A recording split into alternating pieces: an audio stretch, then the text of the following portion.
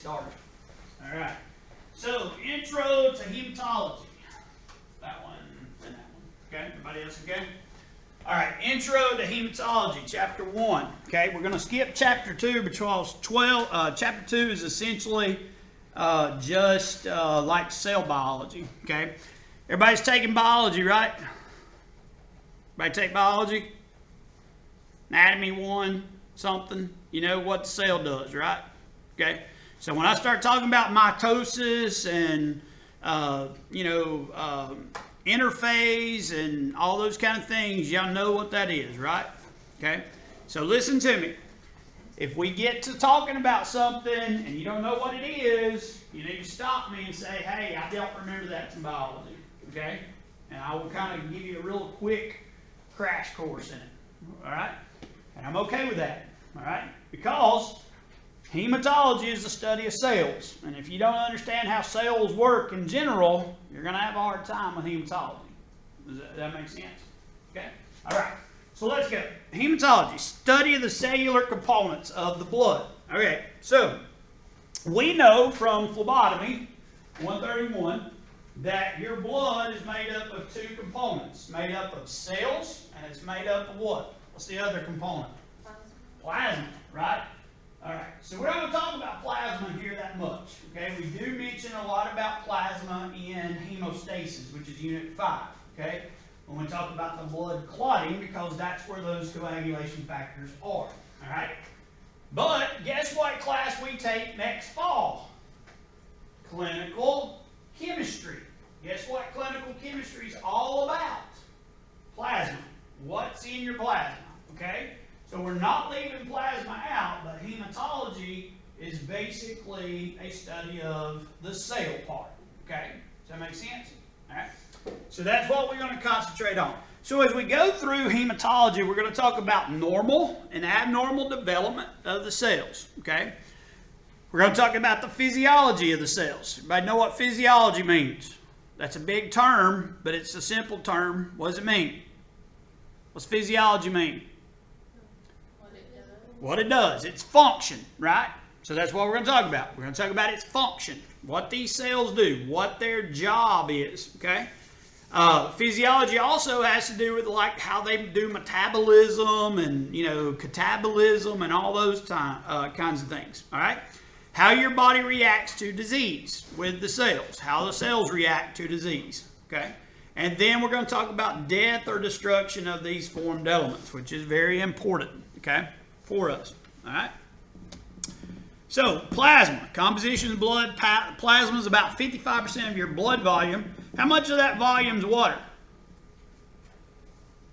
Of plasma. Can you repeat the question? All right. So the liquid component plasma makes up 55% of the blood volume. How much of plasma is water?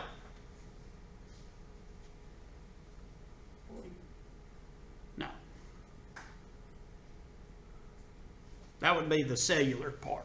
The cellular part would be 45, right? All right. So plasma, composition, just plasma. It makes up 55% of your whole entire blood volume, but how much of plasma is water? 70. High. 80. High. 95. 95. That's exactly right. About 95%. 95, 96, 97, depends on which book you look at. But most of that's water. So the other 3% that we have is what we call dissolved elements or dissolved compounds. Okay? So that would be things like your sodium, potassium, your electrolytes, cholesterol. In hematology, we're going to talk about called clotting factors, so things like fibrinogen, all those kind of things. All right? So they're always dissolved in the plasma. Okay? Now, the cellular part, though, is going to make up the other 45%. And this is what we're going to focus on in hematology. Okay? Now, I don't know why they were real scientific with erythrocytes. Okay? Erythrocytes is the science name for red blood cells. Okay? Erythrocytes. Erythro means red. Anytime you see erythro in front of a word, it's a prefix, it means red. Okay? Oocytes. Cytes stand for cell. So red blood cells. Okay? Leuco means white. Okay, leukocytes. Leukocytes are the science term for white blood cells. Okay, and then they threw platelets in there, which is the common name. Okay, the science name for platelets is thrombocytes. And I don't know why they did that. Thrombocytes. Okay, all right, thrombocytes. So the normal adult has about 6 liters of blood in our body. Okay, so see Bush there. What are you, about 5'10", 95 pounds? 5'6", 95 pounds, right? Like a $105 maybe, if that. Okay. So a girl back there probably don't have quite 6 liters in her body. All right. She may have about 5, okay, because she is small. And I'm pushing 230, you know. So my fat boy self, I may have about 7, 8, depending on your size. Okay. But a normal individual that you think about, they have about 6 liters. Okay. So how many units of blood is that? Because that's what we deal with in the hospital, isn't it? We don't deal with liters, we deal with units. Because when you get in the blood bank, that's what you're going to transfuse people is units of blood, right? So, does anybody know how much blood is in a unit of blood? Okay? Now I'm talking about when you draw the blood. Like Red Cross, Life South, you go and lay on the bench and they stick that big old freaking needle in your arm and draw that unit of blood off. How much is in it? Y'all know? I think I told y'all this in phlebotomy. I told you what size needle. Pretty sure I told you how much. 200 milliliters, 250 milliliters? That's how much packed cells is. That's right. So if I've got 250 milliliters of packed cells, how much did I have originally, you think? 500. That's exactly right. 500 cc's or milliliters. Okay? So if I have 500 cc's or milliliters in a unit of blood, how many units of blood do I have in my body? 12. That's usually about right. 12, 10 to 12, depending on what you have. Some have us a little bit more in our brain, have a little bit more blood you can suck out in your brain if you need to. Right? Okay? 12 what? Huh? Did you say 10 to 12 units? 10 to 12 units, yes, which would be about 6 liters. Okay? This is 5 to 6 liters. All right? So, makes up approximately about 7 to 8% of your total body weight is what your blood is. And of course, the water of the blood is what gives the most volume for this. Okay? All right, so plasma, we talked about it. We're just going to kind of mention it here. It acts as a transport medium, which is the most important thing because the cells have to get somewhere, so they have to have that fluid for them to move in our blood vessels. And it does contain calcium, sodium, potassium, which are just known as electrolytes, okay? And then other things like proteins, enzymes, lipids, carbohydrates, these kind of things as we go, okay? So we're not going to spend a lot of time on plasma because, like I said, we've got a whole chapter on plasma, but we will talk a little bit more about plasma in Unit 5, okay, as we go, all right? So let's talk about red blood cells. So red blood cells, main job of an erythrocyte is what? Anybody know? What's the red cell's main job? Transport oxygen and what? One other thing. Oxygen. Opposite of oxygen is? Carbon dioxide. There we go. Right? So how does it do that? Well, we have this cool protein in our body that is known as hemoglobin. Okay? All right? Hemoglobin. Very, very important. One of the only proteins in our body that carries oxygen and CO2. All right? So without hemoglobin, you become anemic. Okay?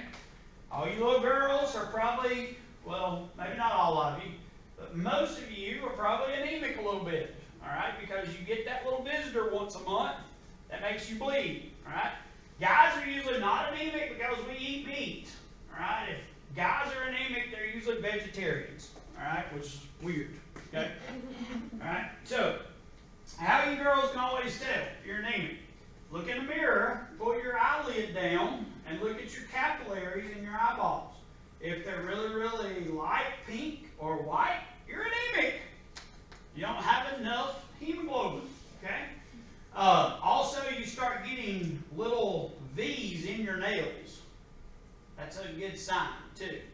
And the biggest one that I've seen over the years that's really, really weird is that you eat ice all the time. I watch girls eat ice all the time. There is a disorder called pica. Have y'all ever heard that term? Like your arms look. What do you think anemic is? That's what anemia is. Okay, we'll get to there, but that's usually what the problem is. It's called pica. Pica, the definition of pica is the craving of unusual things as a food product. So like pregnant women will eat detergent, they'll crunchy, they'll eat dirt. Okay? Kids do this sometimes. There's a little weird period between about 16 months up to about 2 years where kids can become what's called physiological anemia. And basically what it is they're growing so fast that their body can't keep up with the amount of iron they need. And so they'll get anemic and they'll put them on little iron drops. Okay? The kids develop things called pica. And people who have anemia tend to do that also. Okay? So your big thing with your red blood cells is hemoglobin. Okay? It carries that oxygen and gets rid of your CO2. All right, so red cells are known as biconcave disc. Okay? Biconcave disc. All right? So when you stain one, you'll see what we call a little area called a central pallor. Okay? It's called central pallor. Okay? I think that's how it's spelled, pallor. Okay? This central pallor, the reason that it stains that way when we use right stain is because if you look at a cell, a red cell, sideways, it kind of has this shape. Okay? So it has the concave on both sides. So in here, there's not enough hemoglobin to stain. Does that make sense? So over here, you've got lots of hemoglobin, and that's essentially what is being stained with a right stain. Okay? It's called a supravital stain. Okay, so you remember I don't know if we talked a little bit about this, I think we did, but in 131, I said sometimes you have like a group of something, and then you have individual things. So for instance, supravital stain is like a bag of Skittles. Okay? So in a bag of Skittles or M&Ms, we got greens, reds, yellows, and blues, right? All different kinds. So supravital is the bag of Skittles. And then if I pull out right stain, that's the green Skittles. Okay? So it's a specific type of supravital stain. Does that make sense? Okay? So right stain is what we use to stain all hematology slides most of the time. There's some other stains, but routine, we use what's called a right stain. Okay? On a right stain, red blood cells should stain a reddish pink color. Okay? If everything is right about the right stain, the pH is not off, those kind of things, they should stain a pinkish red color. Okay? That center will be white. All right? Depending on how much hemoglobin you have on the cell, in the cell, the bigger that central pallor is. And we call that term hypochromic. Okay? What does chromic mean, guys? What does the word chromic mean? If I say I'm dealing with chromic something, I'm dealing with what?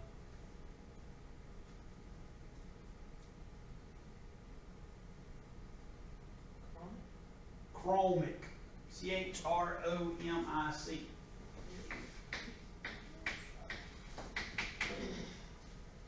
Chromic. What does the word chromic mean? What does it look like? Shiny. It's shiny. Yeah. Metal. Metal. Okay. Yeah, across chrome, right? I agree with you. That's it. It's color. Chromic means color. Anytime you see the word chromic, it means color. So the word chromogen, if I say chromogen, I'm talking about color. Okay? When we get into chemistry in the fall, okay? Every one of the chemistry tests that we do in a lab today is usually a chromogenic test. In other words, we get a color change based off of the amount of analyte that we're looking for. Does that make sense? So when we talk about chromic, we're talking about color. Okay? So, all right. So if I say something is normochromic,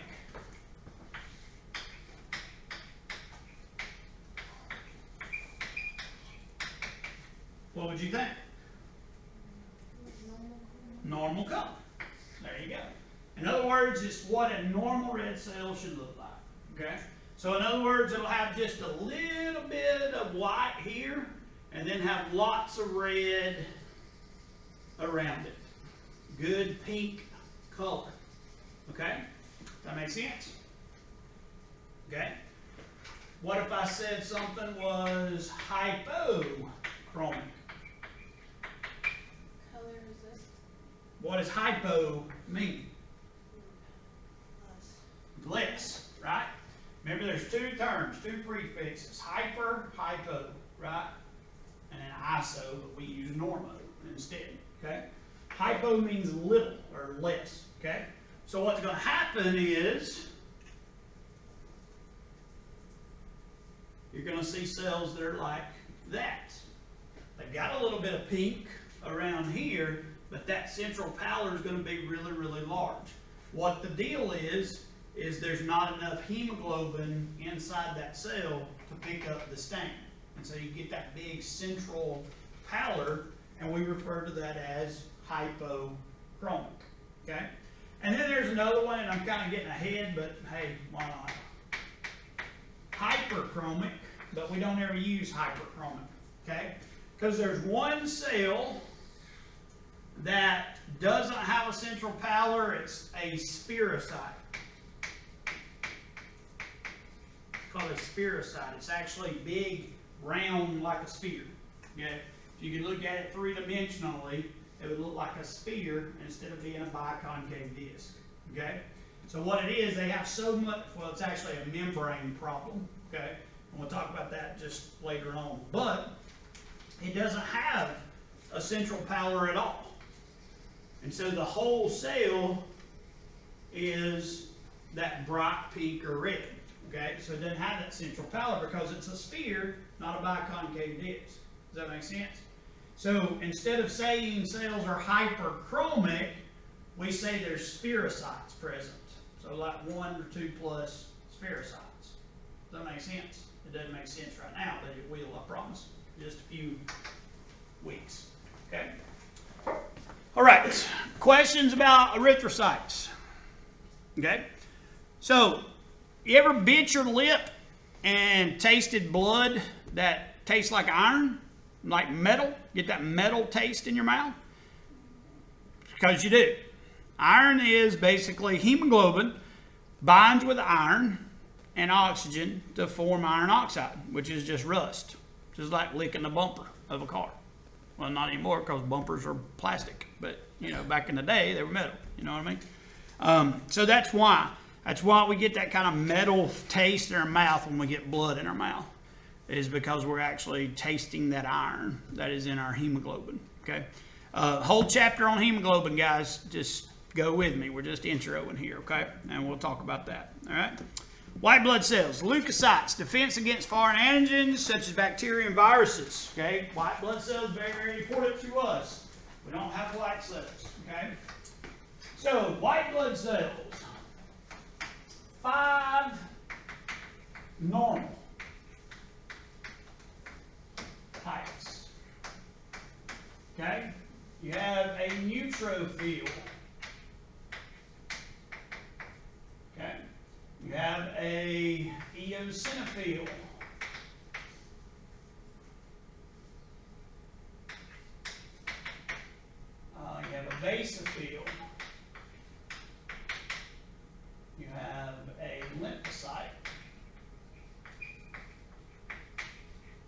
Now, lymphocytes can be T cells or B cells. Okay, so there's technically two sites. There's actually more than that, but these are the two main ones that we focus on. There's actually natural killer cells, these kind of things, but these are the two big ones that we talked about. And then we have monocytes. Monocytes are actually macrophages. You guys ever heard of macrophages? You know, I had micro, right? So macrophages, okay? Monocytes, while they're in your bloodstream, are referred to as monocytes. Once they leave and go into a tissue or another body fluid besides blood, then they're referred to as macrophages. Okay, they're really, really large cells and they engulf stuff like Pac-Man. Okay, and then neutrophils do that too. Okay, so we will talk about every one of these tomorrow.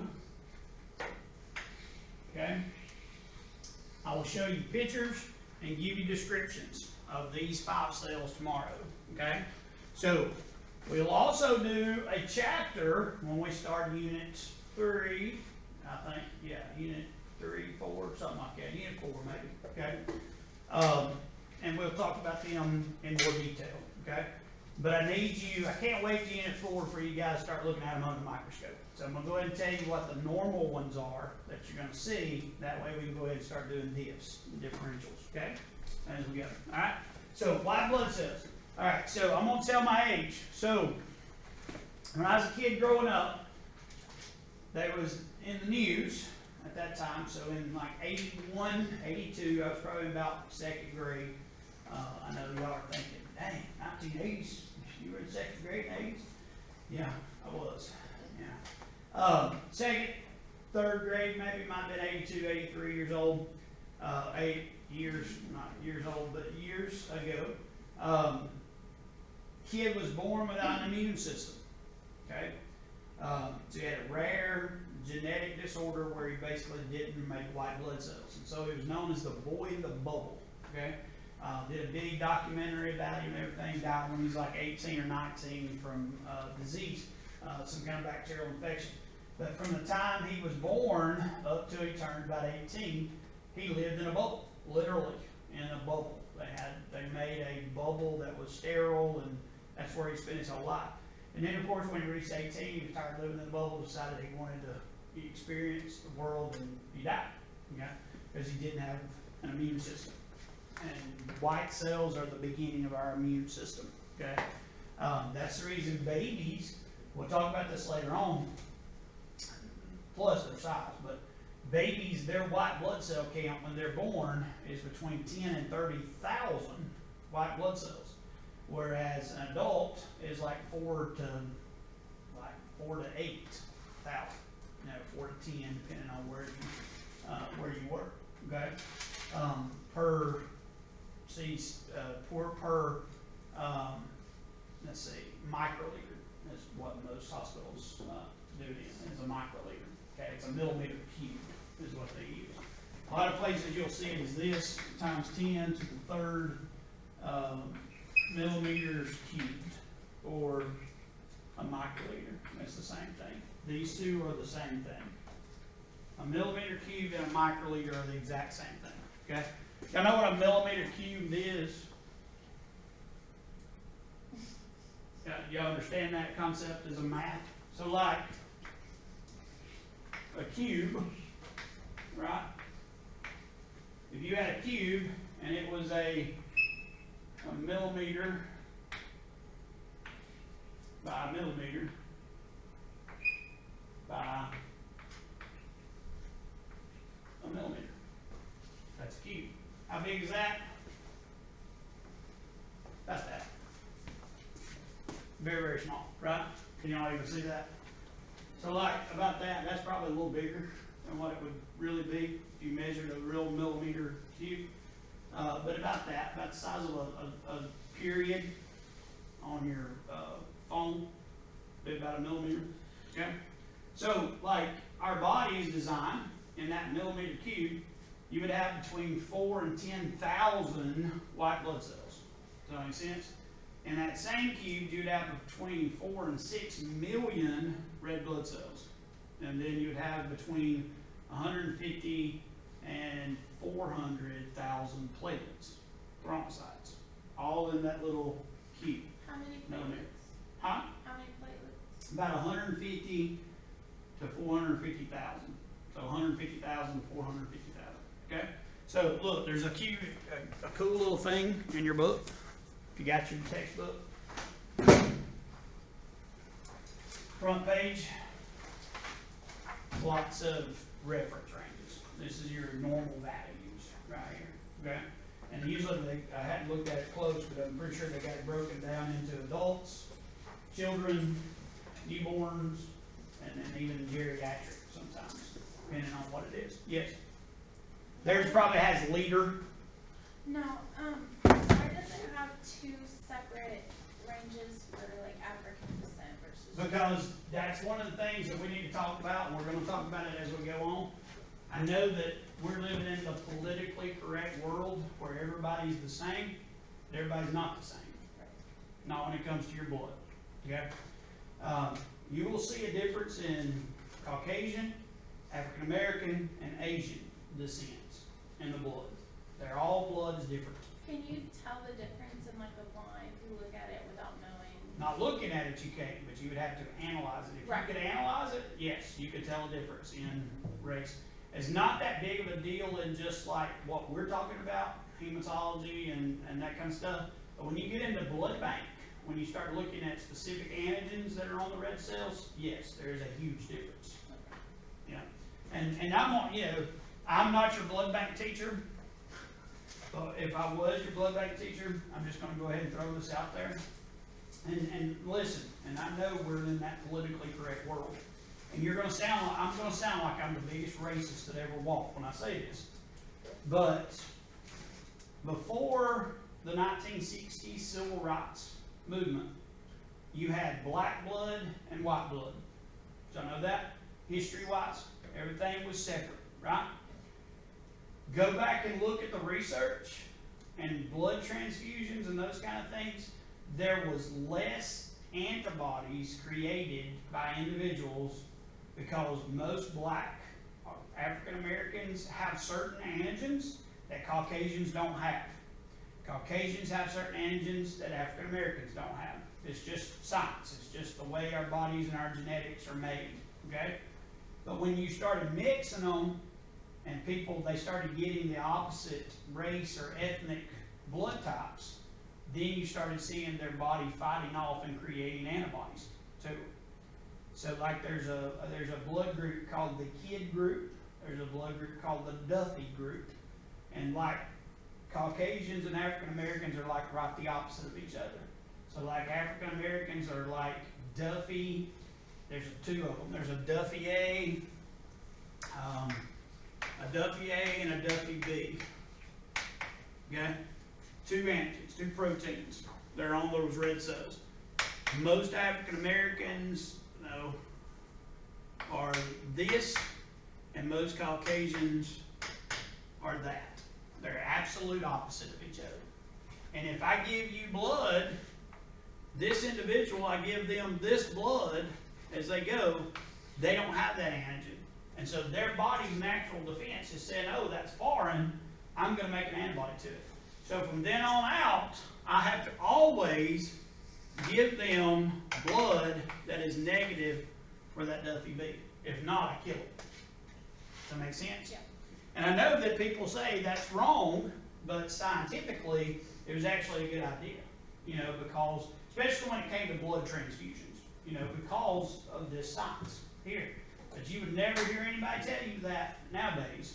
But I'm telling you, scientifically, it wasn't a bad thing. The whole races is bad, don't get me wrong, but I'm talking about in the blood products because there is such a difference in those antigens. But like I said, now, the stuff that we're going to talk about, there's not that much difference, even though they may give you a little bit of results difference. The only big difference is going to come when we start talking about hemoglobinopathies, which is abnormal hemoglobins. Then you see some ethnic changes. For instance, sickle cell. Okay, sickle cell is hemoglobin S, and so it's an abnormality, a genetic mutation in the production of the hemoglobin. and they produce what's called a hemoglobin S instead of A1, which is what normal hemoglobin is. And it is more prevalent in African Americans than Caucasians. Matter of fact, Caucasians don't get it at all. Even in mixed races, kids that are biracial, they don't develop sickle cell. They may be sickle cell trait and sickle cell carriers, but they'll never develop full-blown sickle cell because of the Caucasian blood. Okay? And there are some of those hemoglobins that are prevalent in like Asian groups also, Asian ethnic groups. Okay? And we'll talk about that as we go. Okay? White blood cells. All right, any questions? I make anybody mad yet? Hurt anybody's feelings yet? Okay, good. I don't want to hurt your feelings. I'm just telling you the truth about things. Okay? I don't lie to you. White blood cells. So these are the 5 major ones we just talked about. We will discuss these tomorrow. Instead of having lab tomorrow, we'll come up here. I'll put the pictures on the board and we'll talk about those as we go. Okay? All right. Third cellular group is platelets. Okay? Thrombocytes. These are referred to as thrombocytes. Now, platelets are kind of unique because they don't start out like red cells and white cells. They actually start out as a cell called a megakaryocyte.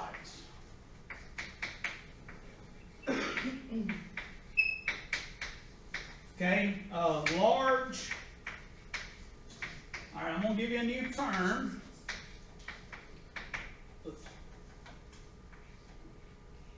And see if we can figure it out. What does polyploid mean? Where's my biology people? Who likes biology?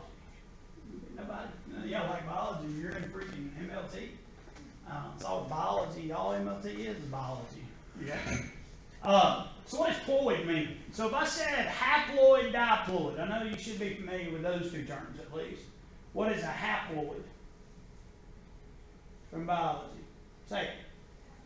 Half the DNA, right? So half the number of chromosomes. So like your sperm and egg are haploid, right?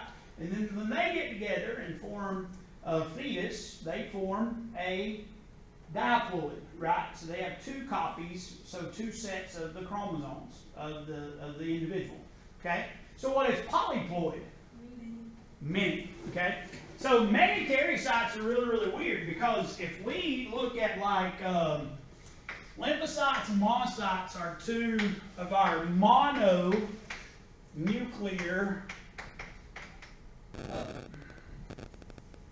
let me write a little smaller. Mononuclear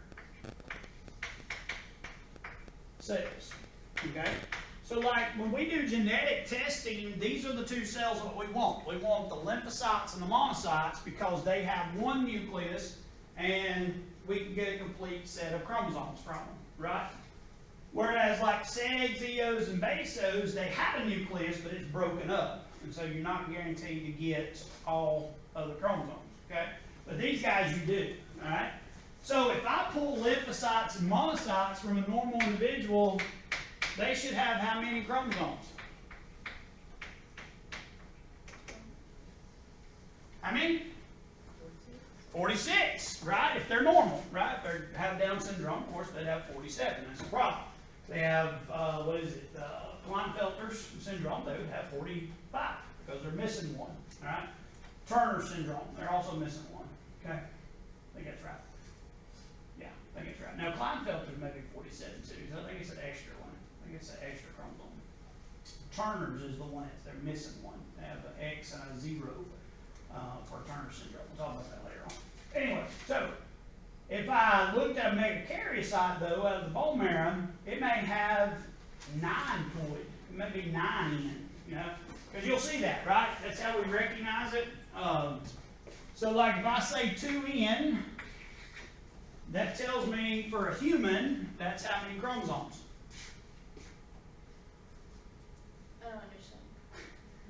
So if I write 2N, that's how many chromosomes for a human. 46? 46, right? Oh, okay. Because the N, if I do 1 N, that's 23, right? Sometimes megakaryocytes can be 9 N. And essentially what happens is during the development of the megakaryocyte in the bone marrow, a bunch of cells get together and the nucleus molds into itself, and it forms these big multi-lobed nucleus. Okay, so what happened? A bunch of nuclei formed one solid nucleus, and so you end up getting a bunch of copies of the chromosomes, and so they're referred to it as a polyploid. Okay, so platelets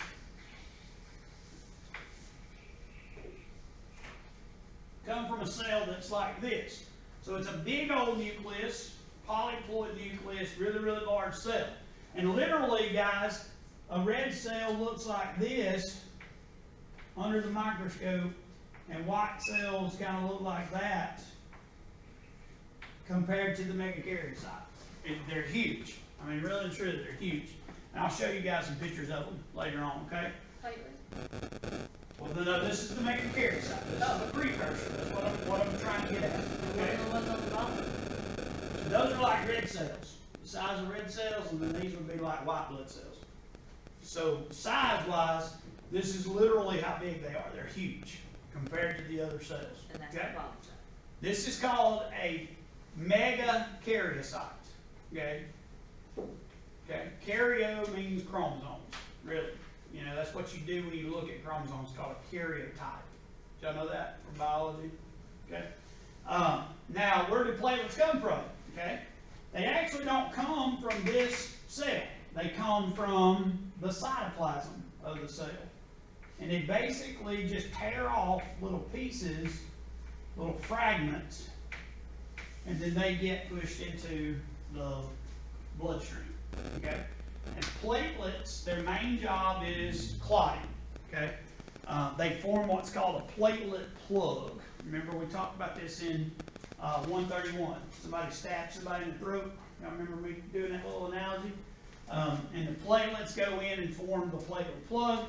We talked about this with bleeding time. Remember we talked about bleeding times in 131 also? Special collections. This is yes, this is no. Yeah, we talked about that, right? Okay. So platelets, there's two parts of hemostasis. Hemostasis is the process of stopping blood. Okay? Hemostasis is the process of stopping the blood. All right? So the first part of it is called primary hemostasis, and that's when those platelets form the plug. Then there's a secondary hemostasis where those clotting factors change fibrinogens into fibrin. And we'll talk more about that as we go. Okay? Trump monkey. How do we get it to play? I don't have any speakers. We couldn't play It it. won't let us play it. Can y'all hear that a little bit?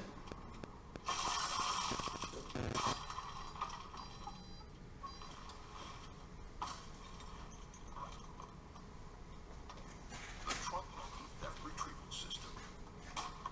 That's the trick system. Because sometimes getting your car back is simply not enough.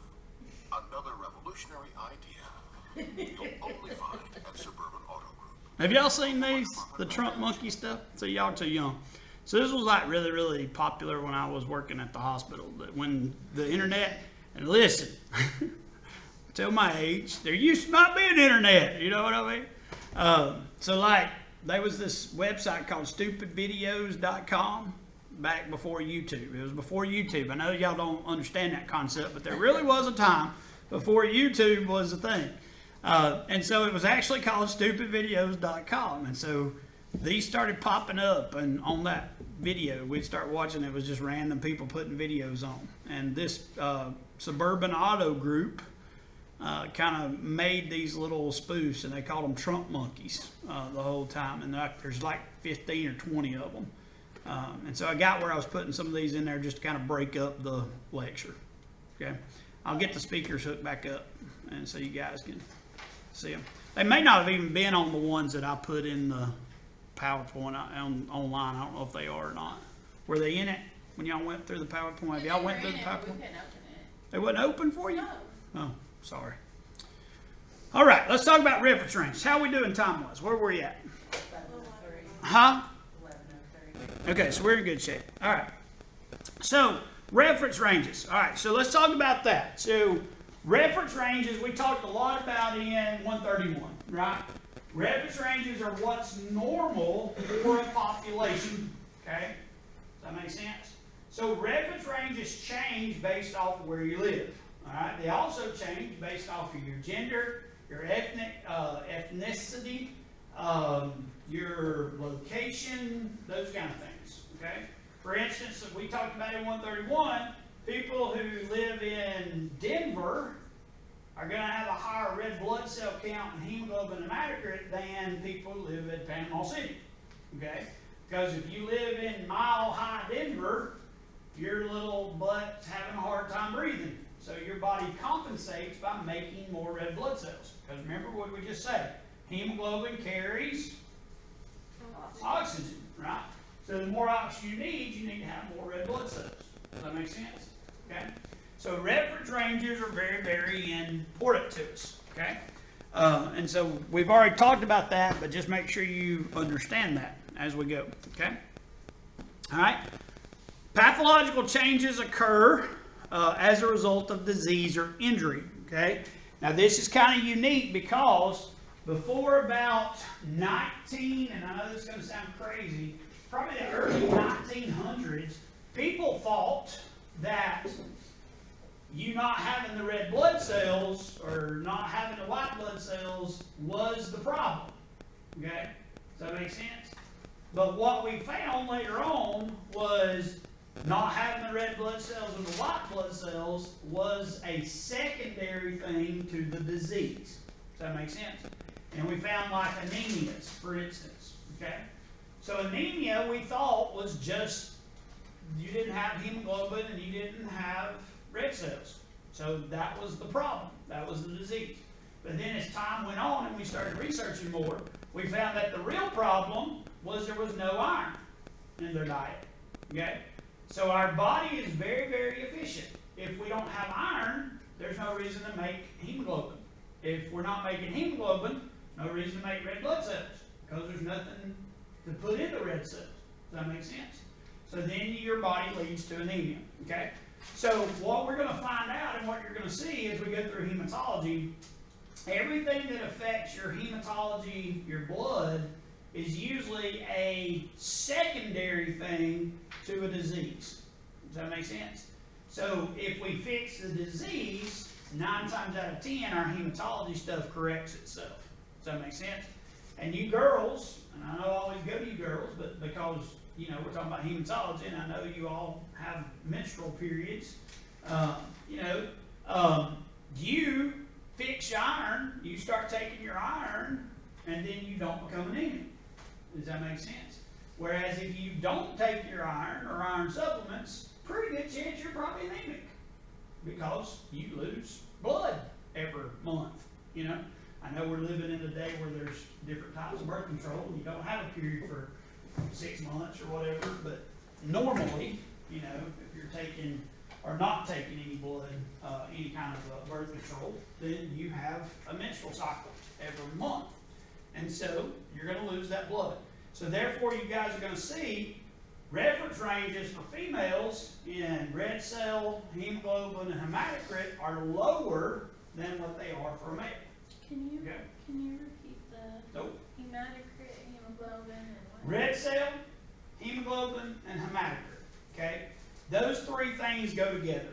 Alright, so red blood cell count is the red cells that you have. Hemoglobin is the amount of protein inside those red cells. And your hematocrit is the percent of red cells. It's called our packed red cell volume. So remember the last semester I told you guys if I put you girls in a centrifuge and spun you down, all your red cells would pack down to your feet and you'd have a level about right here. And guys would be about right here. Okay? So that's what I'm getting at. So females tend to have lower numbers of red cells, hemoglobin, and hematocrit. And you'll notice that when we start looking at our reference ranges as we go. Okay? But the big deal is just make sure you know that hematological, what? No, that was me. Oh. I did that when I walked by. I'm old. I have ADD, so I do weird stuff sometimes. Keep my attention. What I want you to know for sure is that when we start talking about hematological disorders and things that are there, Most of the time, the reason things are changing in our CBC, complete blood count, which is what we do for hematology, is not due to the cells themselves, but it's a secondary thing to a disease state, okay, that's going on, all right? Now, there are some exceptions to that. Of course, like leukemias, it's a blood thing. It's a blood disease. You know, that's the problem with them. So, but things like anemias and those kind of things is not necessarily the cells themselves. It's other disease states, okay? All right, so we've already talked about this. You have to establish it. We talked about Levi Jennings. We talked about the Gaussian curve, 1 or 2 standard deviations. Y'all know that, right? Y'all understand that concept from last semester, correct? Okay. All right. Hemostasis, this is what we were talking about earlier. Hemostasis is a process of forming a blood clot to stop blood loss. All right, so one of the things that I need to get clear to you guys, or I want to go ahead and mention it now, and I'll mention it again when we get to Unit 5, but just to go ahead and do this, all right? Hemostasis is a great thing in small veins, arterioles, okay? Once you get into big arteries, like femoral, brachial, radial, well, the radial actually does pretty good, but like your brachial, your femoral, your aorta, those bigger vessels, this doesn't work, okay? It requires somebody actually opening you up and stitching the vessel closed, whereas like if I get a prick on my skin or whatever, this works. Does that make sense? Okay? Now, I will say that this will work if time allows it to work, okay? But we're going to talk about something later on. It's called shear rate. You know what shear rate means? Have you ever heard that term? What about just the word shear? Do you know what that means? Huh?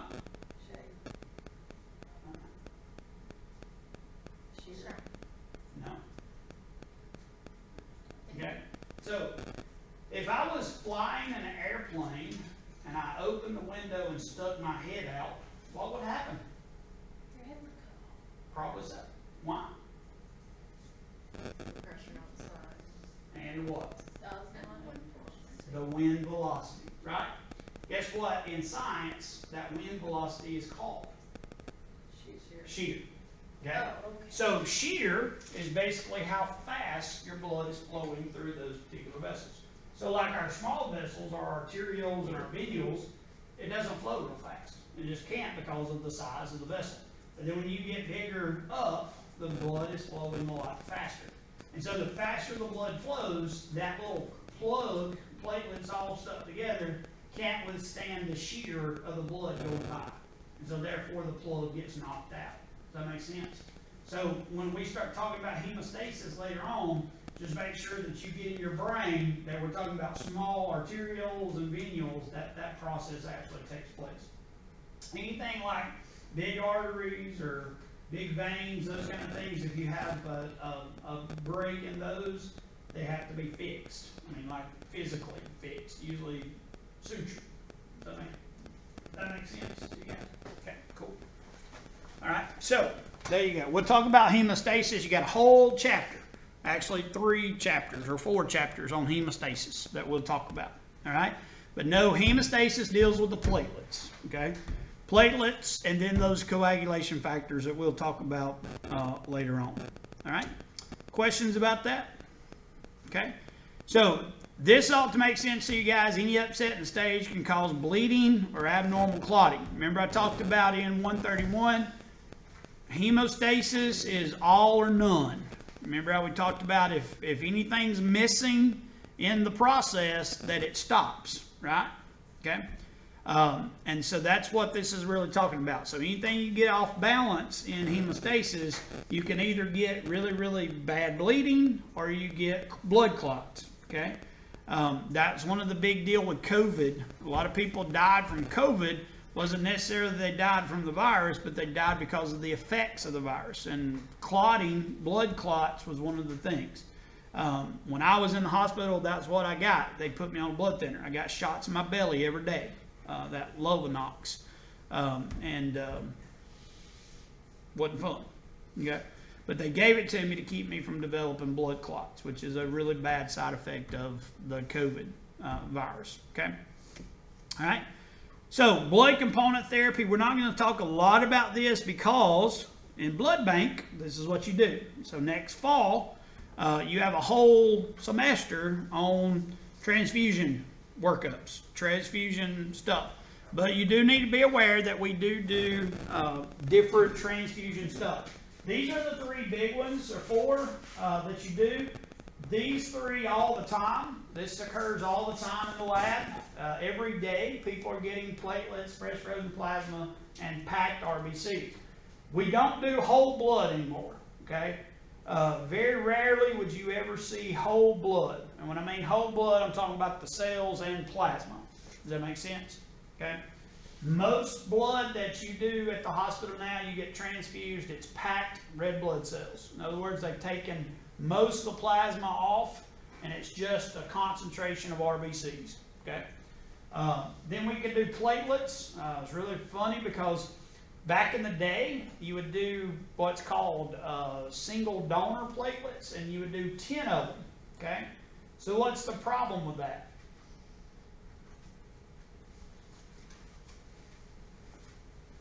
So if you need a platelet transfusion, the doctor's not going to say, well, let me give you 1 bag of platelets, which is equal to about 50 milliliters. So it might raise your platelet count 3,000 or 4,000. Okay? So what they would do is they'd say, I'm going to give you 10 units of platelets. Okay? What's the problem with that? Or are they separated in units? Yes. Be 10 platelets, 10 units of platelets. What would be a problem with that? Yeah, they'd all be the same. But what would be the problem with that? A gap in between changing them out? Nope. We give up, tell us. You give up. Tell me. No. If you do 10 units of platelets, you're exposing your patient to 10 different donors. Does that make sense? Well, that's what I asked. So there's 10. I just said they would be the same type. But I said 10 donor platelets. 10 donor platelets. Okay? So you don't So now they do what's called a pherese platelet.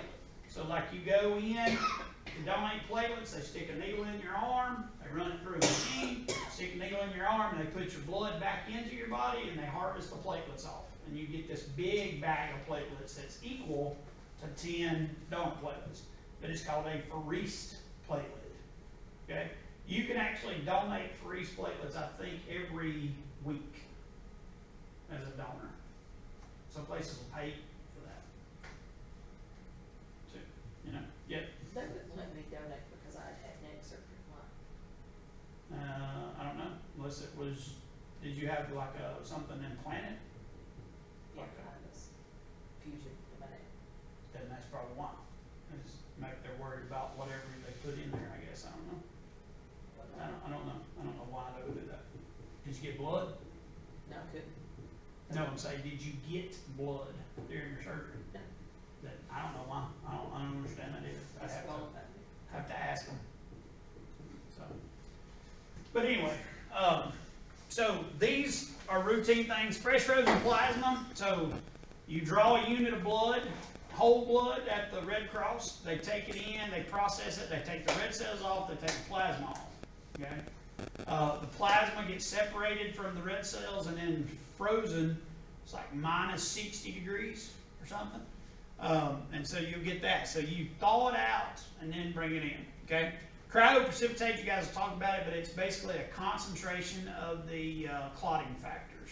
So like people who are having DIC, major surgeries, a lot of times they'll boost them up with cryo.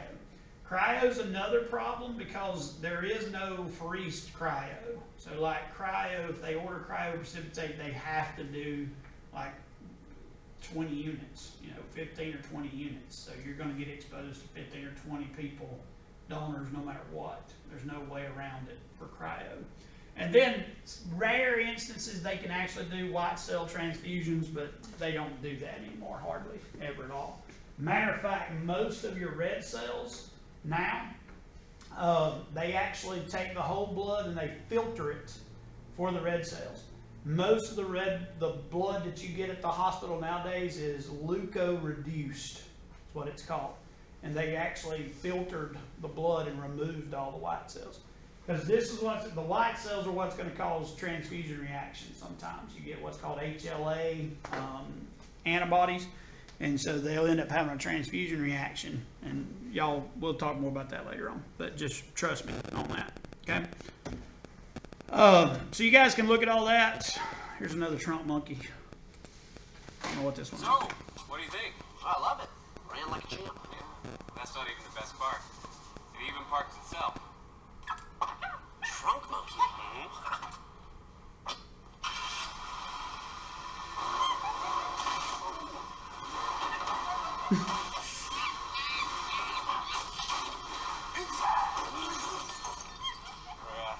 Still working out some of the kinks. The Trunk Monkey Parking Assistant, a revolutionary idea from Suburban Auto Group. Anyway. All right. So we talked about pre-exam, pre-analytical, analytical, post-analytical. We talked about all that in 131. So always remember, every test that you do in the lab, these three things are going to come into contact with it. Because somebody's got to draw the blood, got to make sure they do it right. Then you got to run it. You got to make sure your machine's working right, all that. And then you got to make sure you're reporting the right results. So that's what pre-exam, examination, post-examination. Now it's known as pre-analytical, analytical, and post-analytical. Okay? So we spend a lot of time on that. All right? Here's the thing about hematology that's really helpful, but unfortunately in the lab we don't get it, is patient history. Patient history is very, very important in helping us to diagnose, which technically we don't diagnose. Y'all know that, right? In the lab, we don't diagnose. We give the doctor the information they need to make a diagnosis. Do we diagnose? Heck yeah, most of the time. It's us. We're the ones that see the cancer or the leukemia before anybody else. We are the ones that know and tell the doctor exactly what they need to know.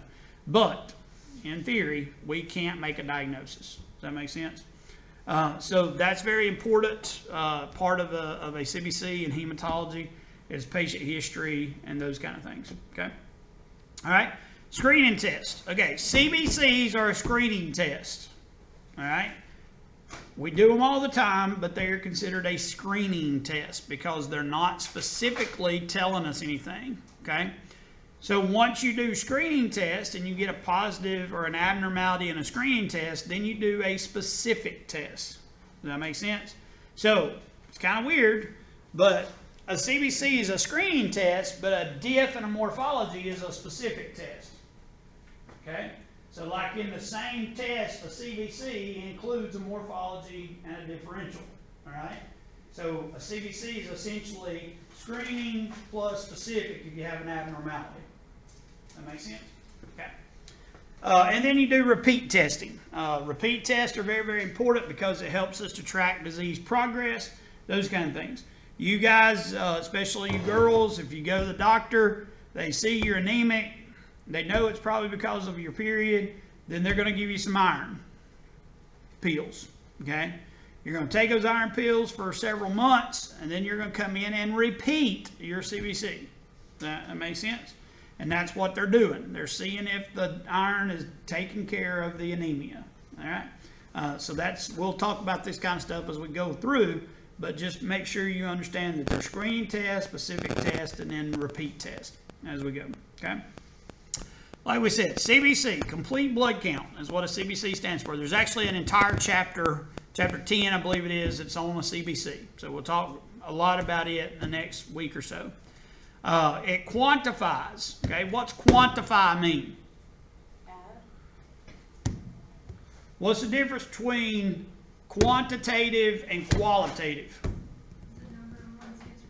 There you go. Quantitating or quantifying something is I'm giving you an actual number. Does that make sense? And so that's what a CBC does. It quantifies or gives you an exact number of cells that you have. And then, of course, it differentiates them. Okay? Most CBCs, there are certain things that are actually tested. Okay? WBC count, RBC count, hemoglobin, hematocrit, and platelets are actually tested. Then there's a portion of the CBC that's called the indices, Indices, the word actually means to calculate, okay? And then they're calculated from the RBC count, the hemoglobin, and the hematocrit. We'll talk more about those are. The big ones are the MCV, which stands for mean corpuscular volume, a MCHC, and an MCH, and an RDW. Those four are the big indices that we look at as techs, okay? That tells us all about the RBCs, is essentially what indices are. The indices tells us nothing about white blood cells, okay? That's your differential that we'll do, okay? So the RBC indices are just dealing with the RBCs themselves, and we'll go into more detail about them in chapter 10. This is just an intro, okay? All right. We do most of your analyzers now do a differential on the machine, okay, based off of the size, the granules, those kind of things of the machine. It can tell you 5-part diffs, what we call 5-part diffs, which is the 5 normal white blood cells that we mentioned earlier, okay? All right, hemostasis, screening test, PT, PTT. We talked a little bit about these in 131. We will talk more about them. Prothrombin time and activated partial thromboplastin time. These are the two big tests that we do as screening tests for hemostasis, all right? One of them, okay, so let me go ahead and just kind of give you a big overview.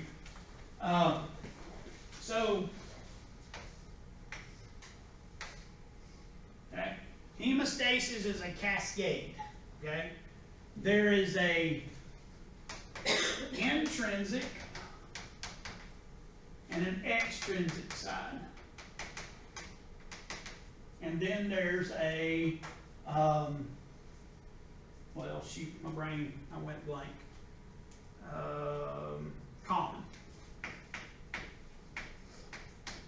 All right, and they're known as pathways, okay?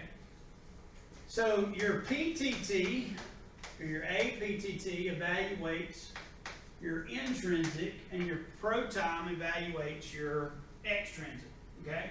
So if you have an abnormality in the PTT and a normal ProTime, it lets you know that right here is the problem. So you're missing one of the factors that's in the intrinsic pathway. And then vice versa on the PT. PTT, or PT is abnormal, PTT is normal, then you know that it has to be right here in this part of the cascade, okay? If both are abnormal, then it's going to be in that common pathway. Does that make sense? And we'll talk more about that as we go into hemostasis. It's just an introduction. Yes? What's APT? Or Activated partial thromboplastin time. What is the activated? It just means that some of the chemicals in it help to activate the test. Okay. That's all it is. When I was in school, it was actually called a PT and a PTT, partial thromboplastin time. And then as technology got a little better, they started referring to it as an activated partial thromboplastin time. Okay, and then the activated basically is the type of reagent that you're using. They're adding an extra chemical, and we'll talk about that later on. But they're adding an extra chemical to make it work like it's supposed to. And used to, you had to add it to it in the lab to make it work. Okay? All right.